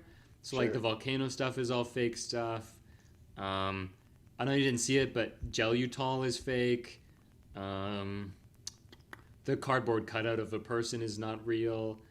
Um, Yeah, what else? What else? Just scrolling through. Maybe the pig. I don't know. Oh, like VR is fake. Driving crooner. yeah, Um, I don't know. One that okay. I have two actual real ones. So one that I've noticed is across every season. There's three at least formats that they're constantly making fun of, and that is commercials and like product infomercials, reality shows. TV, and like not talk shows, like game shows. Yeah, game shows. That's what I mean. Yeah. Game shows. Yeah. And this isn't really a format, but corporate business work that shows Yeah. up, like that's their bread and All the butter time. is Yeah. an office, something happening at an office. And I realize like all those three things are kind of like what most Americans are used to and is like common for most people. Most people work in an office, I would say. Most of them experience commercials and reality TV. So it's like It's also just something like that it's imagery that like pervades American yeah. like American media and American like consciousness. Like when you Yeah. think of like it's almost like and it's like it kind of is reminiscent of like an older American thing, like an older type, like almost like a 1950s era where you go to work and you watch the TV and you watch the game show at night. Like maybe not 50s, but like that's maybe too old.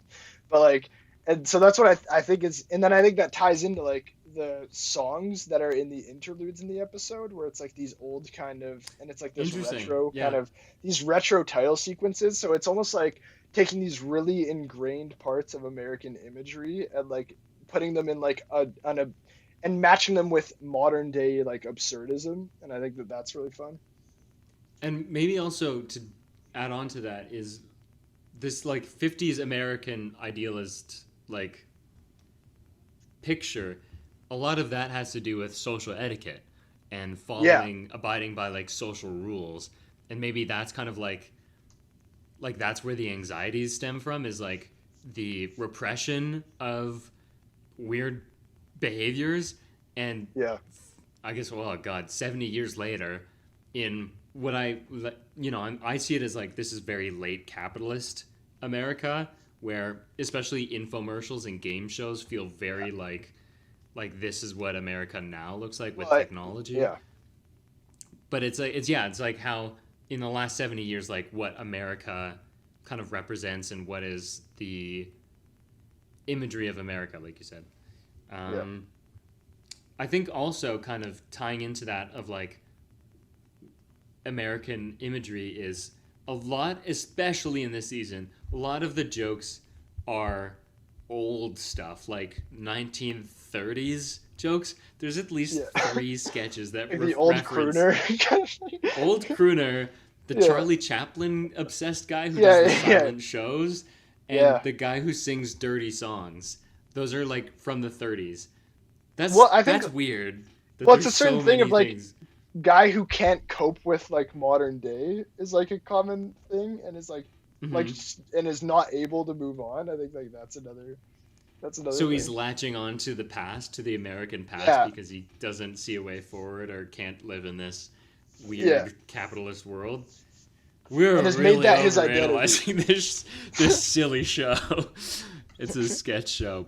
But I mean, I do think some of that actually. I just think it's fun to talk about. I mean, like regardless of what the intention is, like it's fun to read it that way, and I think it's there regardless of whether or not it's the intention, and I think that's interesting. And I think it makes the show stronger if you're playing on like these, if there is actually this common link and you don't realize it, and it's playing on these these like well foregrounded ideas that like everyone has kind of swimming in their consciousness. I think that's well, I guess an example of that I can think of is Key and Peele. I can't even remember if I finished that show, but that one is connected through like the Black experience in America. Like most of the sketches revolve around the Black identity. So I think it is good when a sketch show kind of like there is some commonality between sketches and it's not completely random. Right. It kind of has like an in-house flavor, you know? Yeah. They're set like when you watch Key and Peele, when you watch I Think You Should Leave, you know what you're gonna get. It's I Think You Should Leave. It's gonna be you're gonna be in an office, you're gonna see a game show, you're gonna see an infomercial. Like that's kind of like to be expected. You're gonna see a guy over explaining. Yeah. Yeah. like us. Yeah. Do you have anything else to talk about for the show? No, that's pretty much it. That's what I got to say about it. We've overstayed our welcome. Aiden, we have a segment for some reason. We sure do. Yeah, so in case you haven't noticed, the podcast is called Predator versus Movies. We've done the movie slash TV It's show not a part, movie. not a movie, but now it's time to get into the Predator. We asked the question, would this movie slash TV show be better if the Predator from the movie Predator was in it? And I think you absolutely could integrate You bet your the ass it Predator could in be. multiple different ways. Like imagine like a Tim Robinson sketch that's like a spoof on like an action, like an '80s action movie. Oh my Like, god, like yes. that'd be so funny. Like, I can just Also imagine dealing him, with like, like being... American imagery and like the army and stuff. Yes, Like, yes, I was thinking about that. American imagery and like pop culture. It's kind of Yeah. surprising they don't do that so much. But I mean, Yeah. that might be a licensing thing, and like you don't want to deal with copyright. But I think yeah, like Tim Robinson could pretend to be like an '80s action star and like just be so angry. Yeah. Where's the freaking Predator? Or like, yeah, like it's like he uses the wrong mud to hide himself, and he's like, "I thought you said to use this mud," or like something like that. Oh man, this is mud pie. You made Yeah. me. You tricked me into putting mud pie all over myself. Oh yeah, that's better. That's better. Where he feels like the troop he was with tricked him into getting mud on himself. Yeah, that's better. We have to hide from the Predator. Yeah, no, I absolutely think they could do a thing on that. But do you want to move on? Is that good enough? I think it's good enough. Cool. We have another segment called Predators Picks. This is a segment where we talk about the media we've watched, listened to, or read, etc. Aiden, what have you been? What have you been? I have watched an episode of The Wire, and that's pretty much it. And I think, this is a great show still. I'm on season 4. I passively saw that season 5 is apparently not as good. But I've heard that the reason is because apparently the ending isn't good, and I find that often. Sometimes this is a legitimate criticism, but when people say that about a show that the ending of a series is not good, it's just because like they wanted something that like paid off all of their. They wanted something that catered to them a little bit more. I mean, that may sound like a bit of a cynical thing, but something that just pays off everything they want them to pay off instead of being thematically resonant. And I personally, I trust the Wire enough to do something that's thematically resonant and sounds good. But yeah, no, where the show's at right now, it's great. Continues to be a really good. Its commitment to like realism is really great. Its ability to show different microcosms of society and how they relate. Like we're at a point now where there is no such wire to be found in the show. Like they're not doing wiretaps just because it's kind of absurd for in the 4th season if they're still trying to. But I think like the Wire was always like more of a conceptual thing that is a link between worlds within the same society. It's like it's a method through which we can get a peek into something that isn't ours and live in it. So like it starts on season 1 just like the cops and the police and like urban gangs. Like so, and it's like how those things and the Wire connects those things, and we get to see how those things are similar through the Wire, through this conceptual framework. And then the show just expands on that concept more and more, bringing in unions and politics and like just different things and different aspects of society that are similar and different in ways that you might not necessarily expect. Uses really strong filmmaking techniques, uses match cuts a lot. I'm disappointed that it used to use approximately 3 or 4 dolly zooms a season, and it just calmed down on that. And I was like, oh, where'd they go? I like it, especially in season 1. There's so many, and it's so funny. But no, I think the show's great where it is. I think perhaps like there's some writing things where there are like attitudes of the time that I feel like I don't know about that. Like there's a specific thing where it's trying to make a point about like violence and like why a lot of like underprivileged children are like turning to violence. And there's one scene where it's like one of the characters is like playing a violent video game, and it's clearly they're trying to make that point a little bit, and I'm like, that's been thrown away at this point. Like no one reputable scholar of the matter at this point thinks that video games cause violence. So, I don't know. Yeah. Um, But the generally show is speaking, it's a good. great show. Yeah. Cool. Okay. Nice. I've been watching some TV. I've been rewatching Better Call Saul because I want to I haven't seen season 6 yet, and I think it came on Netflix a month or two ago, and I feel like I just don't remember the show at all. So I was like, I should probably just rewatch it from get go. Great show. Love Bob Odenkirk. Just watched the show that's centered on Ehrmantraut. Fuck, what's his first name? The old guy. The old guy who's like evil and working for Gus Fring in Breaking Bad. I've never seen Mike. Breaking Bad. Oh yeah, okay. So it's Mike. It's the Mike Ehrmantraut centered episode, and Carrie fucking Condon is in it. Carrie Condon Oh, really? plays his daughter, Wow. and his daughter-in-law. Sorry, and She's one of doing the an Banshees of American Inisherin. accent. She is. She's doing an American accent. Very strange. I was like, I know you're Irish. I can tell. You're not fooling me, Missy.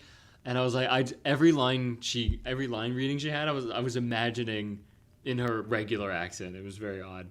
I've also been watching Clone High. Oh, just really quick. I've heard sorry. that show has impeccable cinematography. Is this true? That's what the word on the streets is. Yeah. I think it only gets better. So when did season 1 come out? But yeah, no, it's really good.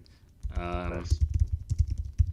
Better Call Saul. So it says it started in 2015. So that definitely felt more, like from what I've seen, feels more like TV. Like it feels like a TV show. But I do think it gets only stronger from there. So, but yeah, I've also been watching Clone High season 2.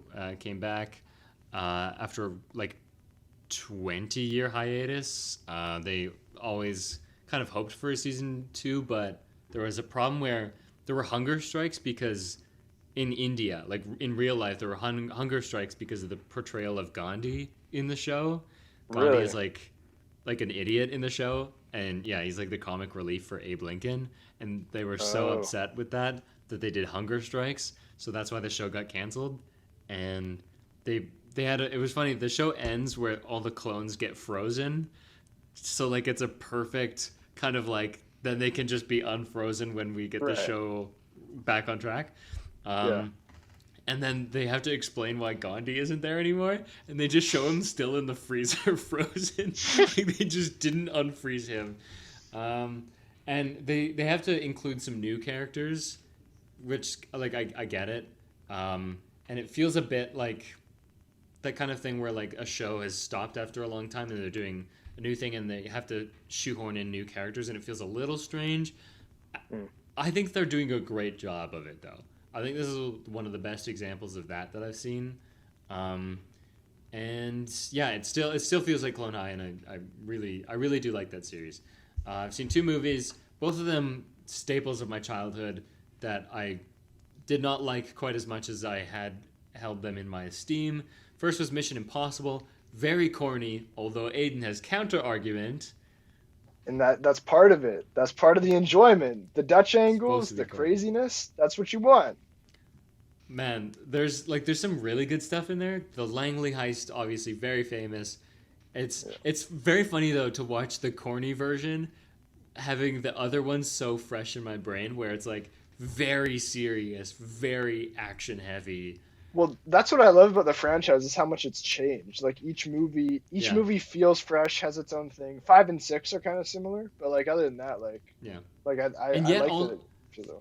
Also, one of them starts the same way one opens, which is with like a movie set where they're tricking a bad guy to reveal information. It's the exact same as the opening of one. That sounds about right. What was I thinking of? When so sick. Kittredge, do you remember Kittredge, the boss? I think he's only in first and then coming back for the newest one. So I had an eye out for him because I knew he was coming back. And when the reveal in like the aquarium restaurant where Tom Cruise realizes, oh, it's a mole hunt, and they think I'm the mole, and it gets really close and low angle, and it's low angle on Kittredge, and he's like the way he talks is just so good. That's a great moment. Good, like pretty good. It does get very corny by the end with like the helicopter in like the tunnel. Goofy, but enjoyable, I'd say. I like the whole bit where Ethan Hunt is doing like the magic, the close-up magic with the disc, the floppy disk. Oh man, the internet in 1996, no sense. I don't get it at all. Max.com. How are you gonna find a guy named Max? Max.com. I have that similar experience watching The Wire, where they're explaining like early 2000s technology and like the internet and phones back then, and I'm like, what? And like pagers, and I'm like, what the fuck are you talking about? Like I still do not get pagers. I only get it enough to like follow the plot, but I don't intricately understand what's happening. But, yeah. Actually, here's an idea. If you're a listener right now, let us know if you know what pagers are. No, if you had a pager, or if you I understand how they work now. Max.com. Just because of The Wire, I get it. Doesn't it just tell you if you have a text message or something? Like no, it just tells you if you. It tells you someone wants you to call them. So it's like kind of like a pre-cell phone kind of thing, where it's like someone will dial your pager and you check your pager beeps, and that's telling you to like get to a phone and call them. That's archaic. Yeah. That's crazy. It is crazy. We're dating ourselves. The other movie I watched was Indiana Jones, Raiders of the Lost Ark. Also very good. Steven Spielberg's great. It's again maybe not as perfect as I once thought it was, but still like very good. And like the action scenes hold up. The scene where he's like the truck scene. There's two great action scenes side by side. It's the truck scene and the one that's before that where they're fighting on the tarmac. Yeah. Just like that's awesome. Like fantastic scenes. I mean the idol heist is classic as well, but I think those two are kind of like the highlight of the film. Harrison Ford is great in that movie. Also, like Karen Allen, I really like as Marion. I saw her in Animal House, and I was like, oh, I know you, and I've like never seen her again. I've only seen her in 2 movies. What about Indiana Jones 4 and the Kingdom of the Crystal Skull? She is in that, isn't she? I have seen that movie. I have forgotten though. I only remember that Mutt Williams is her son canonically. Yeah. Where does he get the last name Williams from? The husband she remarried. Okay. Because I was like, Jones, Ravenwood. Yeah. Williams. Okay. Yeah. That's all I've seen. So that's it for that. Next week, Asteroid City, Wes Anderson's Asteroid City. I'm excited. We're gonna see a good. Oh, what we've seen good movies too, but we're gonna see like a filmy film for the first time in a while. We're gonna see a filmy film. Didn't we do like Pipeline 2 weeks ago? And Across. Oh, never. You're right. We've been seeing pretty good movies. No, I'm not. I'm not. No, I'm saying Crossfire is a good movie, but I'm not counting it as like a filmy film. I'm talking about like.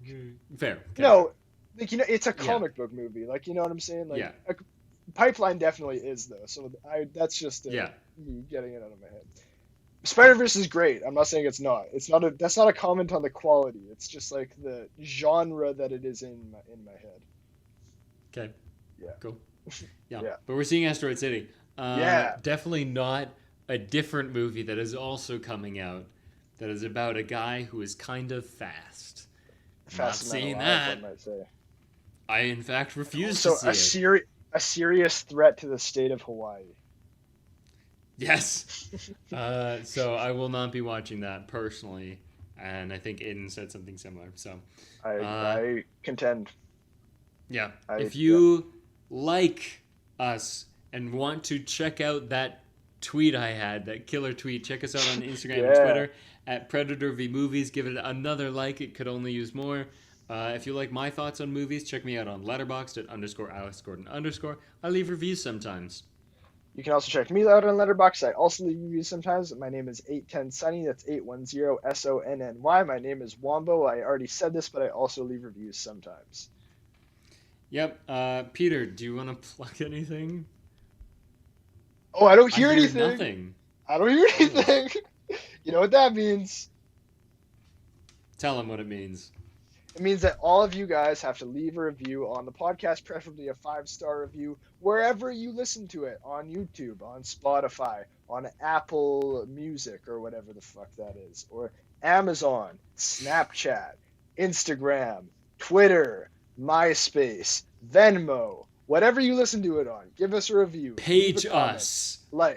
Pay us. Give us money. Go to our GoFundMe. No, I said page us. Go to our GoFundMe. Like with a pager. Give us money. Call Set our us up a pager. GoFundMe. Set us up a GoFundMe. And then link it to our bank. Support our accounts. OnlyFans. Yeah. Do all that stuff. Yeah. Predator versus OnlyFans. Anyways, yeah, do that. Update on the tweet, by the way. Yeah. 21 retweets. Holy shit. 140 likes. Yeah. It's still going. So, like, do you want to film? Do you want to start filming the podcast on like RE Red? Like, is that the camera you're thinking? Like, we need to start upgrading our situation here. I think we also start getting guests. I think we we had guests, but I think we start like I think we Daniel fly him in. Gold Hubber is like in my pocket already. Yeah. Ariella Bear will just like the two of them like. Well, we've already been talking. Yeah. So. Yeah, we're like this. I'm holding my fingers very closely together. We're like that close. Yeah. So I mean, they're shooting. So we'll get them. We could maybe, I don't know. We could maybe get to if we promise to drum up some good press, we could maybe talk with the person who is no longer allowed in the state of Hawaii. But that would have to be on the asteroid. I'm still not watching the movie, but we could give them on the asteroid press. City pod. Yeah. So we'd be promoting the movie we liked and watched, but they could promote something. And we sell it to them as if we are promoting The Flash, and then without acknowledging it, we just start talking about Asteroid City. Yeah, or we don't say, but we don't say the name of the movie we're talking about. So we're talking about the movie, but like he'll just be like, that didn't happen in my movie. Yeah, I just love the Wes Anderson dialogue. Like the obvious words you can't use, but like I really liked. Oh man, when the spaceship came down, he'd be like, "Oh yeah, that's in my movie." Yeah. Oh, when there was this really great scene with there was like a bomb went off, like that was good. It's like that happens in my movie. How about like when aliens? Batman shows up, and he's like, "What about like the Batman stuff? Do you like that?" I didn't see a lot of him in this, actually. Yeah, I don't really remember that part. Like, I might have stepped out, like, for, like, a bathroom or whatever. Did you like when I entered the Speed Force those 2 times I did that? That was kind of like an Oscar-worthy moment. I don't remember it. Yeah, I don't remember the town being called Speed Force, but I guess like it might have been like when they enter it. That's a great scene, though. When they enter it, that's a great scene. I agree with you completely. I would call Central City more of a city, perchance. I don't know if it's. I wouldn't go so far. It's in like the desert. I don't think it's central. I don't think it's like the desert, so it's not central. Okay, I think you're confusing 2 different things. I think the city, Central City, is like in the Midwest. The desert is where we have our final battle, and it's like. Well, I guess that's a battle. I guess you could call it a battle. Yeah, I don't know if I'd characterize it that way, but like in the sense that like the stakes are heightened and it's like a kind of a battle of wits, I suppose. Like. Okay, bit over. Oh shit! I'm calling it. Oh god, that was really stressful. Going on too long. Yeah. Until next week. I'm Alex. I'm Aidan. No, Peter. He was holding for Peter. You had to pause for Peter. And this was Predator versus Movies. Beep, beep, beep, beep, beep, beep, beep. Like the tweet.